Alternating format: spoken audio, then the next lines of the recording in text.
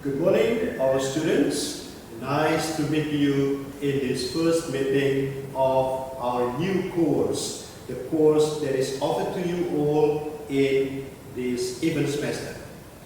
That is Introduction to Literary Studies.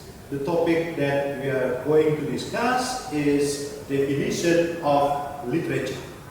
Yes, what is literature? Literature is derived from a Latin word literatura or literatura with double T, that means writings formed by litera. What is litera? Litera is alphabetic letter or alphabetic letters that we have almost in all languages in this world, from A to Z, for example, in Bahasa Indonesia. Is literature an ordinary writing or something that very special that trigger the interest of many readers of the text itself? Yes, literature is synonymous with kesusastraan in Bahasa Indonesia. Kesusastraan is derived from a Sanskrit word su and sastra. Su means beautiful or aesthetic, and sastra means writing or language. So literature is a beautiful writing. It is a composition using aesthetic language. So it is not an ordinary writing, but an aesthetic and beautiful writing. Some other experts or scholars define literature as this. The first is Horace or Horatius in Latin. He is one of prominent ancient Roman literary writers.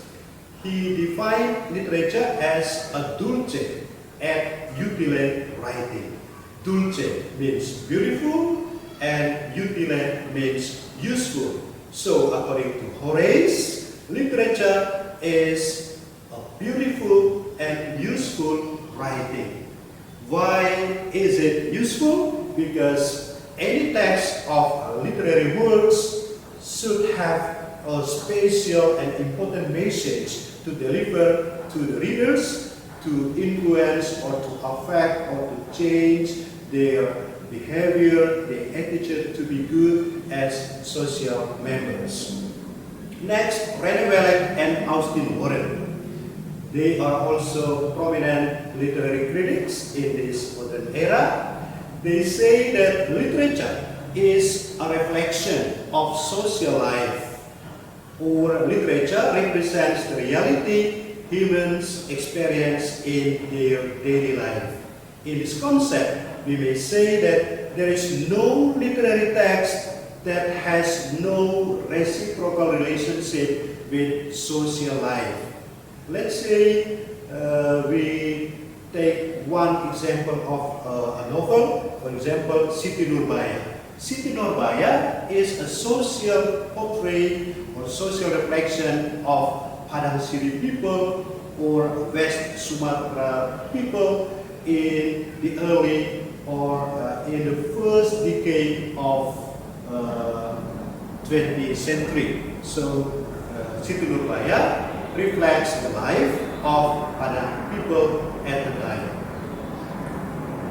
What makes literature aesthetic? What makes it beautiful? First, I take some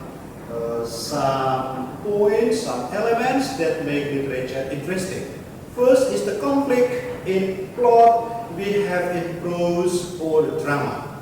The conflict created by an author trigger the reader to read continuously a text of literature because it makes them interested in reading the text.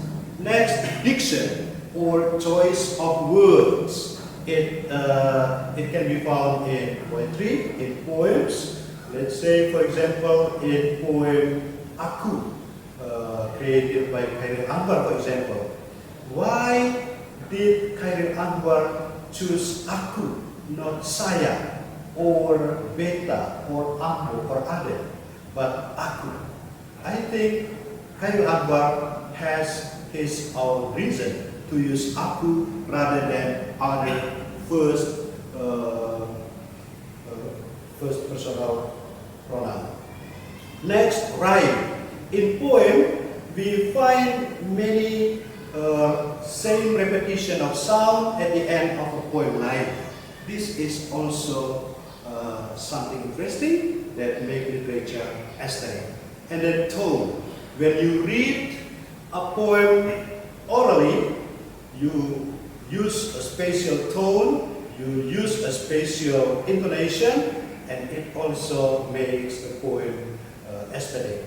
And the last one I take as an example here, the characterization of characters. The characterization of characters means how the author, how a writer of any literary works compose or give a special characteristic on special characters to make all the text interesting. And next, what about English literature? This is the point of our discussion. English literature has two definitions I put in this table. The first one is old definition. In old perception of people in the past, they always think that English literature is literature rooted in English culture and ancestry. This definition refers to a nation or an ancestry. It means that only text written in British Isles by British people can be considered as English literature. But nowadays we have other definition. I say here recent definition, the newest definition that understands English literature as literature written in English language. So this definition refers to a language, refers to English language that is used in composing literary pieces. Okay, I give you two facts to be pondered. Please think about this by yourself. In relationship with the definition of English literature, please give your opinion on this. First, Joseph Conrad is a poet, is from Poland. He is a poet. Demetrius Kapetanakis is a Greek, and Ernest Hemingway is an American, and Lin Yuang is a Chinese. English language is the medium they use when they wrote their novels, dramas, poems, or short stories. What literature did they create? Does it still belong to English literature? The second, a great deal of the works of Sir Thomas More and Sir Francis Bacon, both are Englishmen, is written not in English but in Latin. Or William Beckford and T.S. Eliot, also Englishmen, who wrote their novels in French. What literature did they write? Does it still belong to English literature? Think about this and give your answer in next meeting. Thank you.